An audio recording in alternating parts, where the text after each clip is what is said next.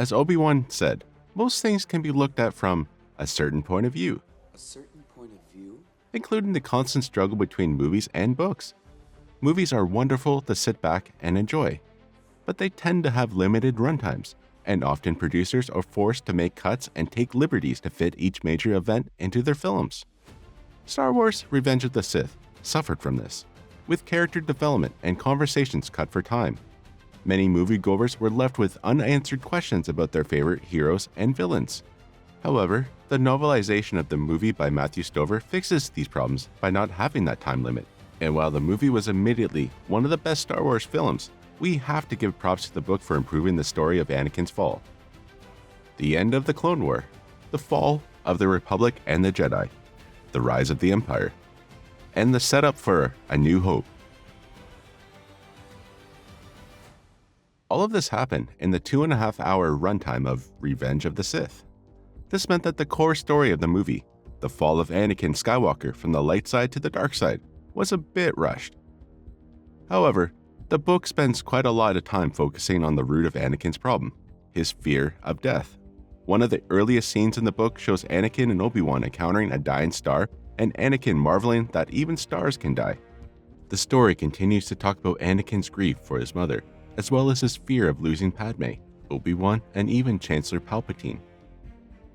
Anakin's feared death and his recurring nightmares are constantly talked about throughout the book, which helps to explain his temper in the movie when things do not go his way.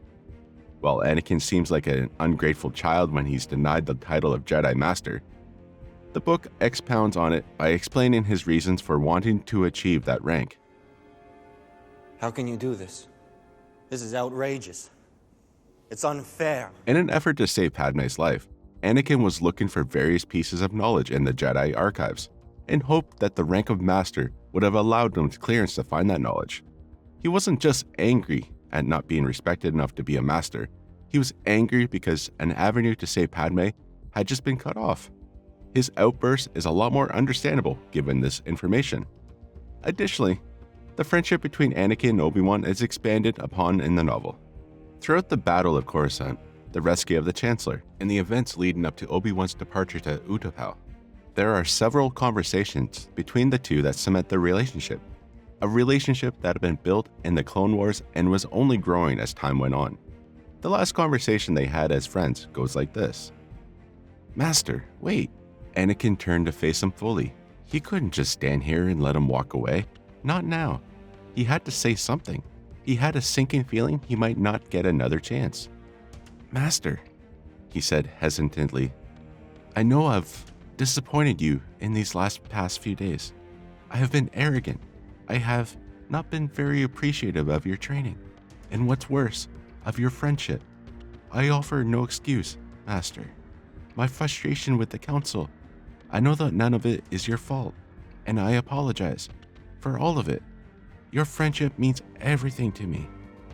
Obi-Wan gripped Anakin's mechanical hand, and with his other, he squeezed Anakin's arm above the joining of flesh and metal. "You are wise and strong, Anakin. You are a credit to the Jedi Order, and you have far surpassed my humble efforts at instruction." Anakin felt his own smile turn melancholy. "Just the other day, you said that my power is no credit to me." "I'm not speaking of your power, Anakin, but of your heart. The greatness in you is a greatness of spirit, courage and generosity, compassion and commitment. These are your virtues," Obi-Wan said gently. "You have done great things, and I am very proud of you." Anakin found he had nothing to say. So, another way the novel improves upon the movie is in the interactions between the Jedi, the Chancellor, and the dissenting Republic senators. Padme Amidala and the other future founders of the rebellion were fighting to end the war politically and peacefully by opposing the Chancellor's emergency powers over the Republic. The Jedi also wanted to remove Palpatine from power and use Anakin's relationship with him to gain insider information. At the same time, the Chancellor used his relationship with Anakin to learn the discussions of the Jedi Council. This three-way political struggle that was tearing both the Republic and the Jedi apart was also tearing Anakin apart, as he had loyalty to all three sides. Each of them was using him to achieve their goals, and we get to see his struggle during the book. From this alone, it's much easier to see and further understand his fall to the dark side.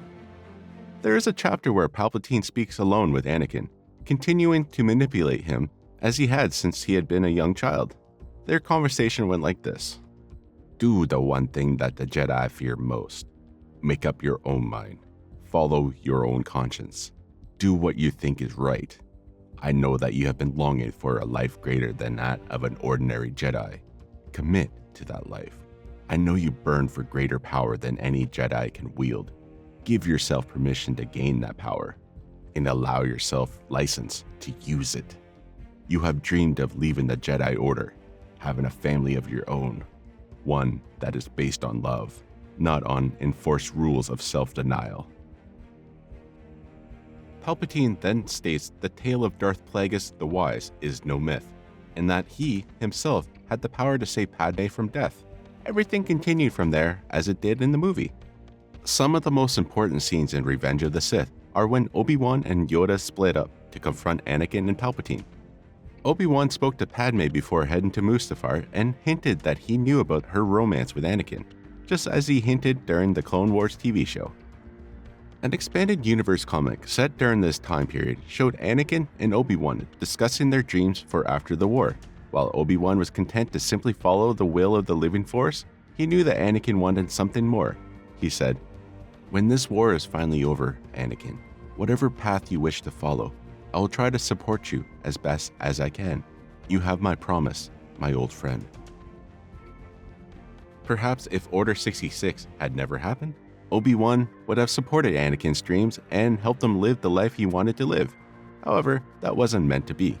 And when he spoke to Padme, he mentioned that while he might not have known the specifics, neither she or Anakin were good at hiding their feelings. These conversations only make the final battle between Obi-Wan and Anakin all the more tragic. While the action-packed and emotion-driven scene was amazing to see, there's one point in the novel that adds so much more to the ending of that climactic duel. Below his feet, Darth Vader burst into flame. "I hate you!" he screamed. Obi-Wan looked down. It would be a mercy to kill him.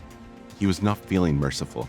He was feeling calm and clear, and he knew that to climb down to that black beach might cost him more time than he had. Another Sith Lord approached. In the end, there was only one choice. It was a choice he had made many years before, when he passed his trials of Jedi knighthood and sworn himself to the Jedi forever. In the end, he was still Obi-Wan Kenobi, and he was still a Jedi, and he would not murder a helpless man.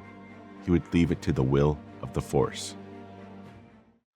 Well, with Disney separating canon from legends, it definitely seems like they've cut out a massive portion of Star Wars history, while also picking and choosing what to sprinkle back in for fan service.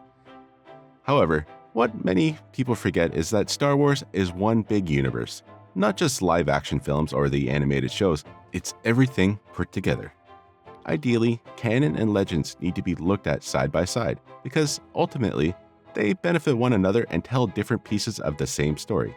Only with those pieces together can we, as fans, appreciate and understand the story as a whole. Okay, check out one of the most unexpected masterpieces in Star Wars history next.